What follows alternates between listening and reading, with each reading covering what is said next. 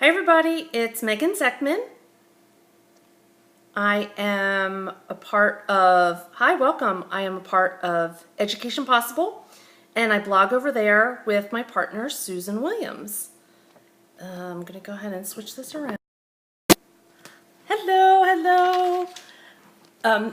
That was actually my certificate for one of my kids. Today they got evaluated, so we're finally done our school year from last year. We normally school year round, and so we don't get our evaluations done until August. And so I kept putting it off and finally went ahead and did it. And so our friend Jennifer came over and evaluated us. That's what we have to do in Florida. That's one of our options, getting a school teacher to evaluate the kids. And oh, thank you for the love. And so finally done, stress finally off my plate, and now I can start planning for next year, which starts on Monday. So we kind of just keep rolling along. But anyway, again, I'm Megan Zeckman. I'm so glad you're here with us. I'm part of Education Possible, Susan Williams and I, and we're all about middle school and high school. And I wanted to talk a little bit today about friendships and kind of the ebb and flow, especially for homeschoolers.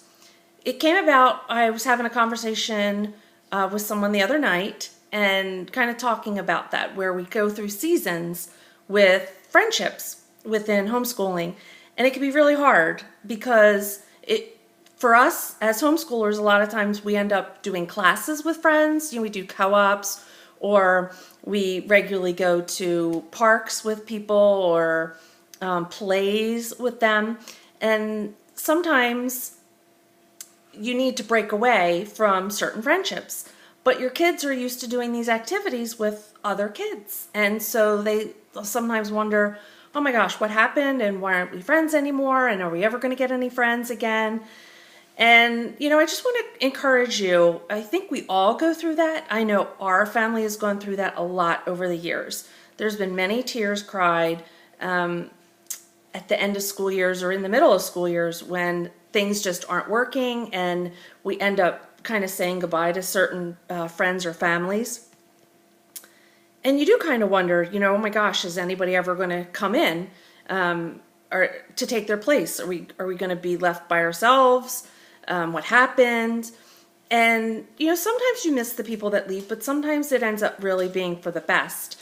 I know in our life, there have been times where we've done co-ops with many more families. And then as the years go on, we realize that, well, maybe our learning styles have evolved and we want something different from the co-op. And it used to work when they were in elementary school, and now that they're getting older, it doesn't really work as well anymore. And so then we kind of have to say, goodbye, and it's just not going to work. And then we've had times where I personally, I put up with it for a while, but I would get disrespected. I was one of the teachers in the co-op and was putting a lot of time and energy in, and just felt there were times I was being really disrespected. And so for my sake, I had to say, look, I can't do this anymore. And that worked out to be pretty good because it wasn't working for my kids either, but I didn't really know that. And now we're down to, when we do co-ops, we're down to only a couple families, but we're really close. And, I really want to encourage you, especially if you're worried, oh, we only have a couple friends to do something with, or, we're doing this class, but it's only one other family. There's nothing wrong with that. You don't have to have an entire classroom full of people. That works for some people, but it doesn't work for everybody. And I'll tell you, Susan and I do a bunch of stuff together, and I know I can trust her. She knows she can trust me. The kids are really good friends. We both have the same philosophy as far as learning and teaching.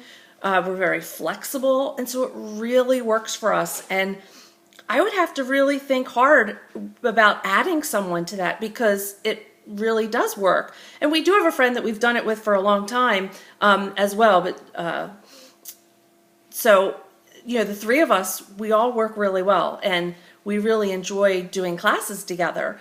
And it was really sad when we said goodbye to a couple of families, but I think our group has gotten tighter, and the classes have gone a lot smoother because we're all on the same page. So if you find yourself fighting or people back out or they're, can we constantly shift stuff around? Maybe think about that.